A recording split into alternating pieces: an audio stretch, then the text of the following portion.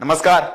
MyMTB मध्ये आपल्या सर्वांचं स्वागत आहे. मी सौरभ रामचंद्र मुळीक आणि कॅमेरावरती आपल्या सोबत आहेत केतन वैद्य.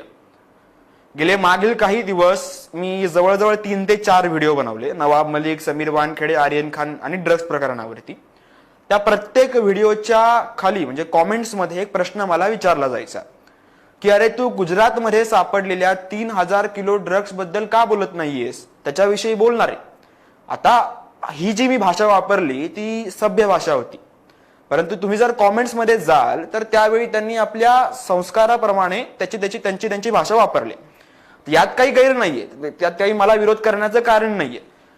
मला फक्त इथे हाच मुद्दा मांडायचा आहे की MyMTB वरती जो जो काही प्रेक्षक येतो आणि बघतो तो प्रत्येक MyMTB साठी तितकाच महत्वाचा आहे. मग तो कोणत्या व्यक्तीला, कोणत्या पक्षाला सहाय्य करतो, विरोध करतो, याचा MyMTBला काही फरक पडत नाही. आपण त्याच व्यक्तींच्या प्रश्नांना मान देऊन आज जाणून घेणार आहोत की गुजरातमध्ये जे 3000 किलोचं ड्रग्स सापडलं तेही अडाणी पोर्टवरती, मुंद्रा पोर्टवरती, त्याचं पुढे काय झालं त्याच्याविषयी मी आता समाज माध्यम का बोलत नाहीयेत. हे मुद्दामून तर षडयंत्र तर नाहीये की महाराष्ट्राचं म्हणजे ड्रग्स दाखवून गुजरातचा ड्रग्स प्रकरण झाकण्याचा हा काही प्रयत्न नाहीये ना. असं जे अनेक प्रश्न आपल्या मनात उपस्थित होत आहेत त्या संदर्भात आपण बोलणार आहोत.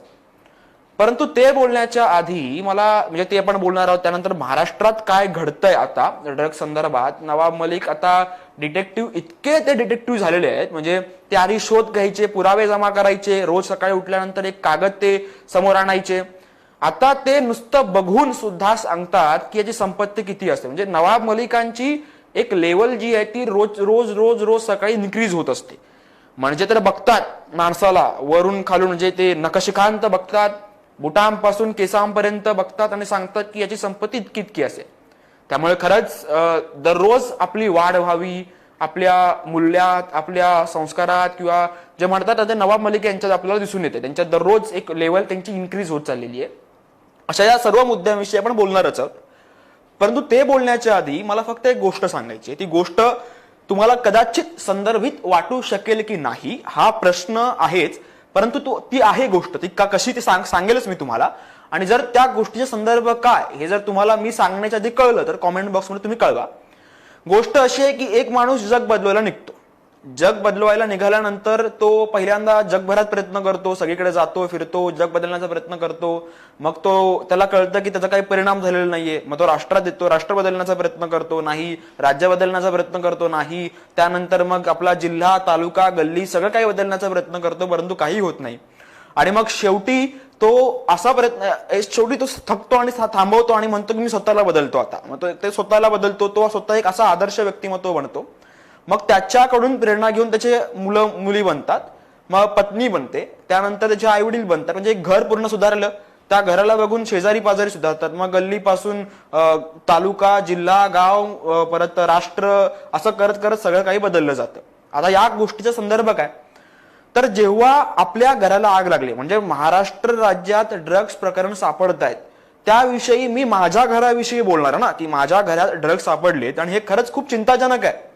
परंतु ते बोलण्यापेक्षा अशा काही लोकांना सवय लागलेत की आपल्या घरी आग लागले, जळतायत इथे आपली घरं, भांडी कुंडी, इतक्या वर्षाची संपत्ती, आणि तेही काही फक्त अशा पुरुषांमुळे, व्यक्तींमुळे, पक्षांमुळे की आपण त्याला दोष दिला पाहिजे, त्यांच्याविषयी बोललं पाहिजे. अन्यथा हे कुठे जाईल, आपलं घर अख्खं जाळून त्याची राख होईपर्यंत वाट बघायची का. यांचं म्हणणं असं असतं की तुम्ही या घराच्या बोलण्यापेक्षा जरा बाजूच्या घरात ढुंकून बघा ना, तिथे काही महिन्यांपूर्वी आग लागली होती, तिथे पण आग लागली, आमच्याच घरात आग लागली का बघताय तुम्ही. प्रश्न इथे असा येतो की एक राष्ट्र म्हणून आपण सर्व घर आहोत हे आपल्याला मान्य आहे, परंतु राज्याची विभागणी यासाठीच झाली ना की जी काही लोकशाही पद्धत असेल अथवा यंत्रणा असेल ती सुरळीत पद्धतीने त्या लेवलवरती उत्तम पद्धतीने राबवता यावी. महाराष्ट्र राज्यात जेव्हा ड्रग्स सापडत आहेत, अनेक मोठ्या मोठ्या अभिनेत्यांच्या मुलांचा त्यात हात असलेला दिसून येतोय, नेत्यांचे जावई सुद्धा सापडत आहेत. इतका मोठा स्कॅम इथे महाराष्ट्र राज्यात घडत असताना मी गुजरात विषयी का बोलेल हा प्रश्नचिन्ह माझ्यासमोर होता. परंतु ठीक आहे, तुमचा तो प्रश्न आहे ना, मी नक्कीच त्याच्याविषयी आपण आज बोलणारच आहोत. काय झालं नक्की गुजरातमध्ये साधारणपणे 20 सप्टेंबरच्या रोजी गुजरातच्या मुंद्रा पोर्ट्समध्ये आपल्याला 3000 किलो म्हणजे डीआरआयचा full form directorate of revenue intelligence, आणि ही सुद्धा केंद्राच्या अंतर्गतच येते. त्यामुळे हे जे काही आरोप केले जात आहेत ना की मुद्दामून महाराष्ट्र राज्याला टार्गेट केलं जातंय केंद्राकडून, तर असं नाहीये. गुजरातमध्ये सरकार कोणाचं आहे? केंद्र सरकारमध्ये आहे तेच आहे ना. नरेंद्र मोदी हे 12 वर्ष होते. जर त्यांना लपवायचंच होतं तर त्यांनी गुजरातमध्ये हे सापडलं, आणि समजा जर हे यांच्या म्हणण्याप्रमाणे सगळ्या ज्या काही तपास यंत्रणा आहेत त्या केंद्राच्या हाताखालच्या बाहुल्या झालेल्या आहेत. समजा जर असं असतं तर गुजरातमधल्या ड्रग्सचं प्रकरण तुमच्या समोर आलं असतं का एवढ्या मोठ्या प्रमाणावरती? तुम्हाला माहिती तरी असतं का तिथे काय झालंय ते? तुम्ही कॉमेंट बॉक्समध्ये तुम्हाला प्रश्न तरी विचारला असतात का? तो तुम्ही विचारता याचा अर्थ त्याची माहिती तुमच्यापर्यंत पोहोचलेली आहे. ती का पोहोचली? समाज माध्यमांनीच पोहोचवली. याचा अर्थ समाज माध्यम लपवत आहेत असंही नाहीये, किंवा समाज माध्यम हे केंद्र सरकारच्या हाताखालचे बाहुलेत असंही नाहीये. पुन्हा तपास यंत्रणाने ती शोधली, डीआरआयने शोधली. याचा अर्थ त्या केंद्रीय तपास यंत्रणा सुद्धा केंद्राच्या हाती नाहीयेत, म्हणजे हाताच्या बाहुले नाहीयेत. हे सुद्धा आपल्याला समजून घेतलं पाहिजे.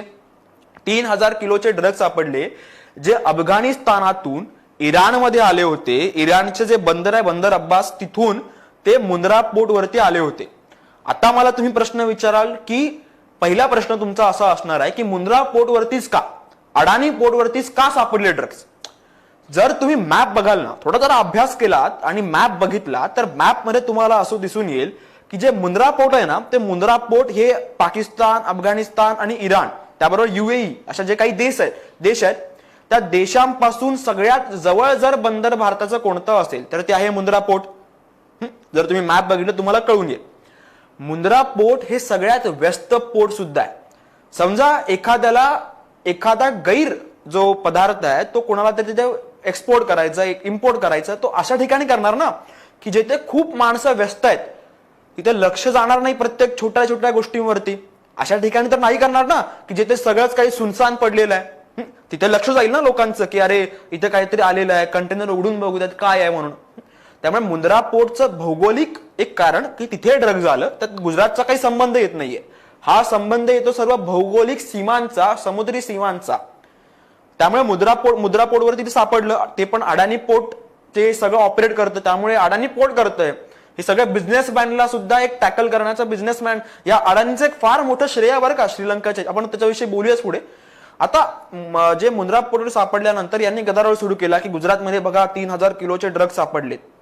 या 3000 किलोचे ड्रग्ज सापडल्यानंतर सप्टेंबरमध्ये सापडले, ते डीआरआयने शोधले. अडाणी पोर्टचे एकूण जवळजवळ 13 असे पोर्ट्स आहेत वेगवेगळ्या 7 राज्यांमध्ये. एकदम जे भारतासाठी महत्वाचे आहेत ना ते सगळे पोर्ट्स हे अडाणी ऑपरेटरच्या, म्हणजे अडाणी पोर्ट ऑपरेटरच्या एकदम हाताखाली किंवा त्यांच्या अंतर्गत ते येतात.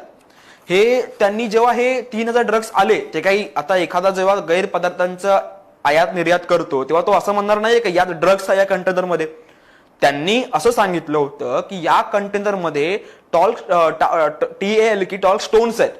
असे स्टोन असतात जे थोडं पांढऱ्या रंगाचे दिसतात, आणि जिथे जे जागा दिसेल ना त्या जागेमध्ये ड्रग्ज म्हणजे थोडे असे लपून ठेवले होते. हे मुळात अफगाणिस्तानातून आलेले हे सगळे ड्रग्ज आहेत. अफगाणिस्तानातून पहिले इराणमध्ये आले आणि इराणमधून मग आपल्याला इथे दिसतात की मुंद्रा पोर्टवरती आलेले.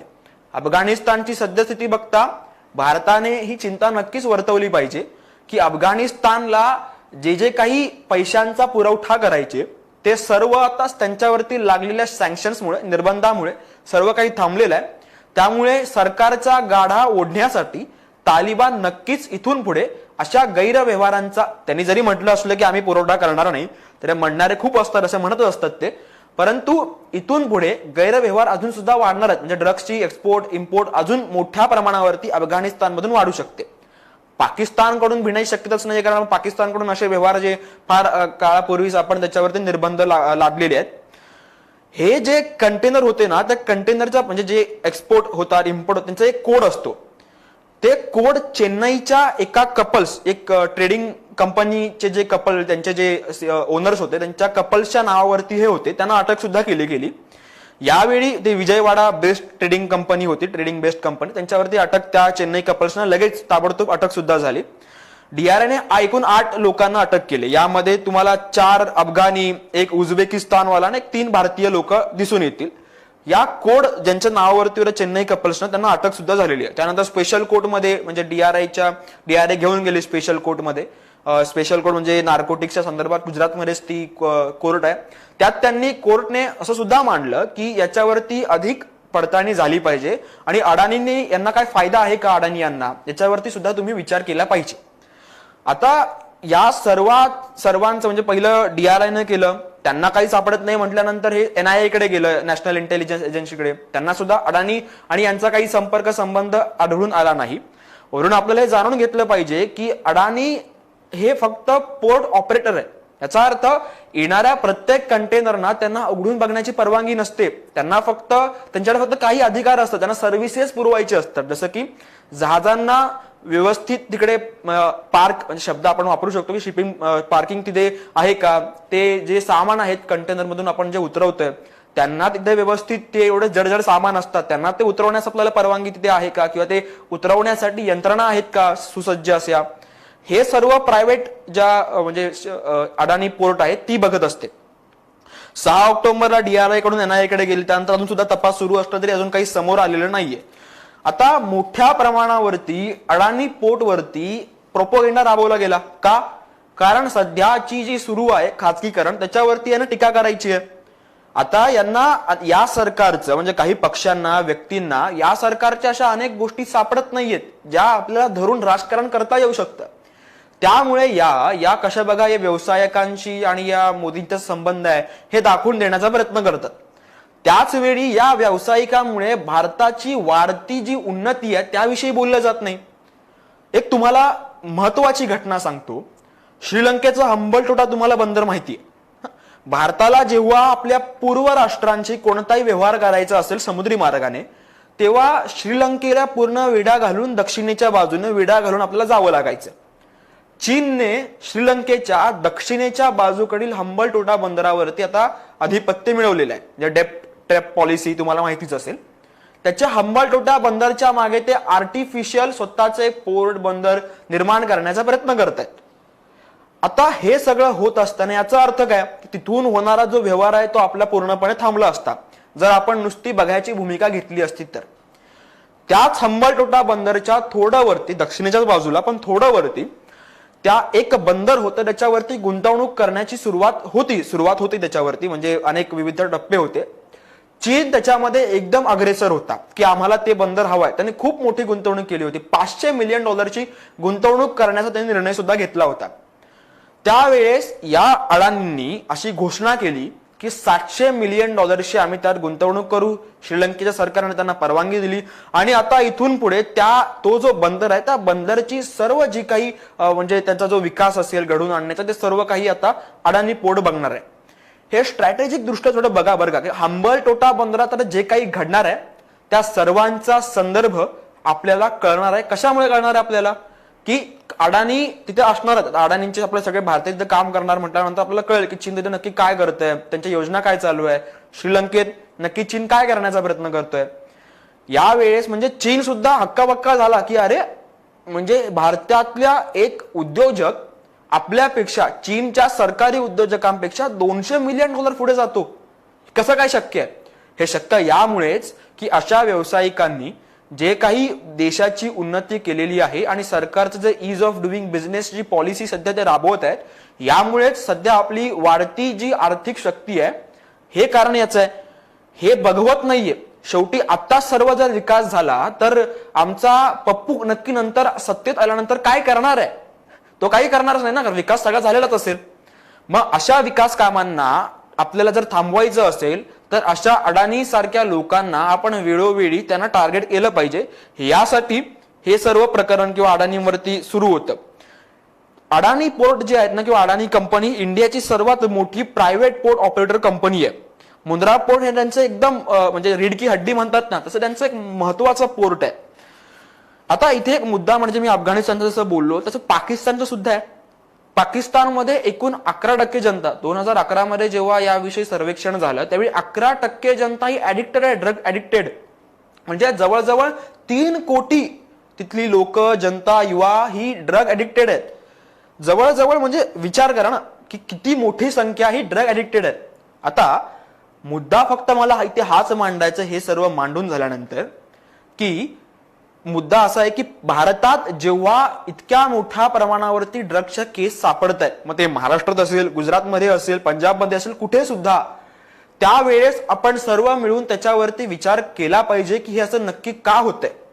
हाच विचार अडाणींनी केला आणि स्वतःच्या पायावर धोंडा मारल्यासारखा सुद्धा त्यांनी इराण, पाकिस्तान आणि अफगाणिस्तान हे जे 3 राज्य आहेत, त्या राज्यांकडून येणाऱ्या सगळ्या ज्या काही कंटेनर असतील, कार्गो कंटेनर, शिप, त्यांच्यावरती पूर्णपणे बंदी आणली की आम्ही स्वीकारणार नाही. आणि यामुळे इराण चिंताग्रस्त झाले. पहिली गोष्ट, पाकिस्तानकडून आपला व्यवहार तर बंदच आहे, अफगाणिस्तान कडून येण्यासाठी सुद्धा आपण आता बंदी घातलेली आहे. इराणने त्या मानाने विनंती केली की नको बाबा, आमचा खूप मोठा लॉस होईल, आणि यात आमची काय चुकी, कारण अफगाणिस्तानने आमच्याकडे आणलं होतं कंटेनर आणि त्यातून आम्हाला माहिती नव्हतं त्यात काय येते, आणि त्यानंतर ते भारताकडे आलंय. तरी सुद्धा इतका मोठ्या प्रमाणावरती लॉस सहन करून, कारण तुम्ही जर बघितलं तर मुंद्रा पोर्टवरती सर्वात जास्त व्यवहार किंवा येणारे शिप्स याच देशांकडून होते. अडाणींनी देशाला पुढे ठेवून हा निर्णय घेतला की इराण, पाकिस्तान आणि अफगाणिस्तानमधून येणाऱ्या कोणतेही जे कंटेनर असतील त्या कंटेनर्सना आपण आता थांबवलं पाहिजे. सध्या भारताच्या लोकांची स्थिती अशी झाली की एखादा व्यक्ती श्रीमंत आहे म्हणजे तो पापीच आहे असा नसतो. एखादा व्यक्ती श्रीमंत आहे म्हणजे त्याच्याकडे आदर्श म्हणून बघा की भारताच्या जेव्हा प्रत्येक युवकाला वाटेल की मी अंबानी व्हावं, मी अडाणी व्हावं, म्हणजे हे भारताची स्थिती कुठेतरी बदलून जाईल. म्हणजे स्वतःचा विकास करताना सुद्धा समाजाचा सुद्धा आपल्याला विकास करता येतो. आपण जेव्हा पैसे कमवायला लागू, आपण जेव्हा श्रीमंत होऊ किंवा उद्योजक असणं, याचा अर्थ सुद्धा तुम्ही देश सेवा करतोय असाच होतो. हे सगळं बाजूला ठेवून मुद्दामून राजकारण करण्याचा प्रयत्न अडाणीवरून चालू होतो. अडाणींनी हा घेतलेला निर्णय महाराष्ट्र राज्य का घेऊ शकत नाहीये? म्हणजे सध्या नक्की काय सुरू आहे या राज्यात, महाराष्ट्र राज्यात कुठे नेऊन ठेवलाय महाराष्ट्र माझा, हा सुद्धा प्रश्न आपल्याला पडतो. का पडतो? कारण अडाणींनी निर्णय घेतला. पहिली गोष्ट, त्यांनी चूक मान्य केली. दुसरी गोष्ट, चूक झाले याचा अर्थ आपण याच्यावरती काय केलं पाहिजे याचा त्यांनी विचार केला, आणि त्यानंतर केलेल्या विचारावरती त्यांनी अंमलबजावणी सुद्धा केली. महाराष्ट्र राज्यात हे सगळं वेगळं होतंय. म्हणजे पहिली गोष्ट, म्हणजे महाराष्ट्र पोलीस सुद्धा अनेक ड्रग्सचा शोध घेत असते, त्यांना समाज माध्यमावर दाखवलं जात नाही की इकडे एवढ्या मोठ्या प्रमाणावरती ड्रग्स सापडले गेले. दुसरी गोष्ट, ज्या तपास यंत्रणा, मग त्या केंद्रीय असतील, राज्याच्या संदर्भित असतील, तपास यंत्रणा शोध घेत आहेत की इकडे अशा प्रकारे ड्रग्स सापडत आहेत, इतके मोठे व्यक्ती याच्याशी संबंधित आहेत, त्यावेळेस मात्र त्यांच्यावरती आरोप प्रत्यारोपांची खेळी सुरू होते. हा प्रश्न पडतो की कुठेतरी महाराष्ट्र राज्याला फक्त केंद्राचा द्वेष आहे म्हणून राज्याला तर तुम्ही डुबू शकणार नाहीये ना.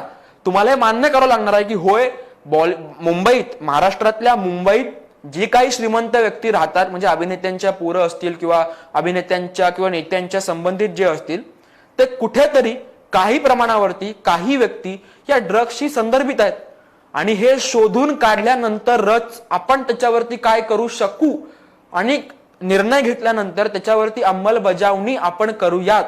या सर्वांवरती विचार करण्यापेक्षा, यावरती पत्रकार परिषद घेण्यापेक्षा, यावरती भांडण्यापेक्षा ही नेते मंडळी एखाद्याच्या कपड्यावरून, जातीवरून, धर्मावरून का भांडतायत, हा प्रश्न आपल्याला पडायला पाहिजे. माझे काही गुजराती सख्य नाहीये. मला इथे फक्त हाच प्रश्न पडतो की गुजरात मध्ये जेव्हा हा निर्णय घेतला त्यावेळी आपण सुद्धा असा निर्णय घेणार आहोत का की ती क्रूज शिप आली कुठून, जिथून आली त्याच्यावरती आपण बॅन टाकू शकू का? मुंबईतल्या ड्रग्सचं प्रमाण कमी करण्यासाठी आपण काय करू शकू? हे लेख तुम्ही समाज माध्यमावरती वाचलेत का? या संदर्भातल्या चर्चा तुम्ही समाज माध्यमावरती ऐकल्यात का? नाही.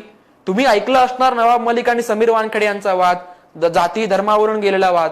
हे सर्व चिंताजनकच आहे, अस्वस्थ करणारच आहे. म्हणूनच मला फक्त हाच तुम्हाला मुद्दा मांडायचा आहे की जेव्हा तुमच्या घराला आग लागली असेल ना, तेव्हा बाजूच्या घरात काही महिन्यांपूर्वी आग लागली होती, त्यांचं किती काळवंडलंय हे बघत बसू नका. राज्यात चुकीच्या होणाऱ्या गोष्टी, मग ते कोणताही पक्ष असेल, कोणताही सरकार असेल, त्याला चुकीचं म्हणायला शिका. तुम्ही इतरांना अंधभक्त म्हणताना स्वतःही कुठेतरी अंधभक्त होताना दिसताय, याची सुद्धा जरा विचार करा. एवढंच मला मांडायचं होतं. तुमचं याविषयी काय मत आहे? हा व्हिडिओ तुम्हाला आवडला का? तर तसं तुम्ही आम्हाला कॉमेंट बॉक्समध्ये नक्की कळवा. आणि फेसबुकवरती बघत असाल तर लाईक करा, आपल्या मित्रपरिवारांपर्यंत शेअर करा. आणि अशा विषयांकडे अशा विविध दृष्टिकोनातून बघण्यासाठी ना महा MTB हा एकमात्र माध्यम आहे आणि त्याच्यावरती तुम्ही युट्यूब चॅनलवरती सबस्क्राईब करायला विसरू नका.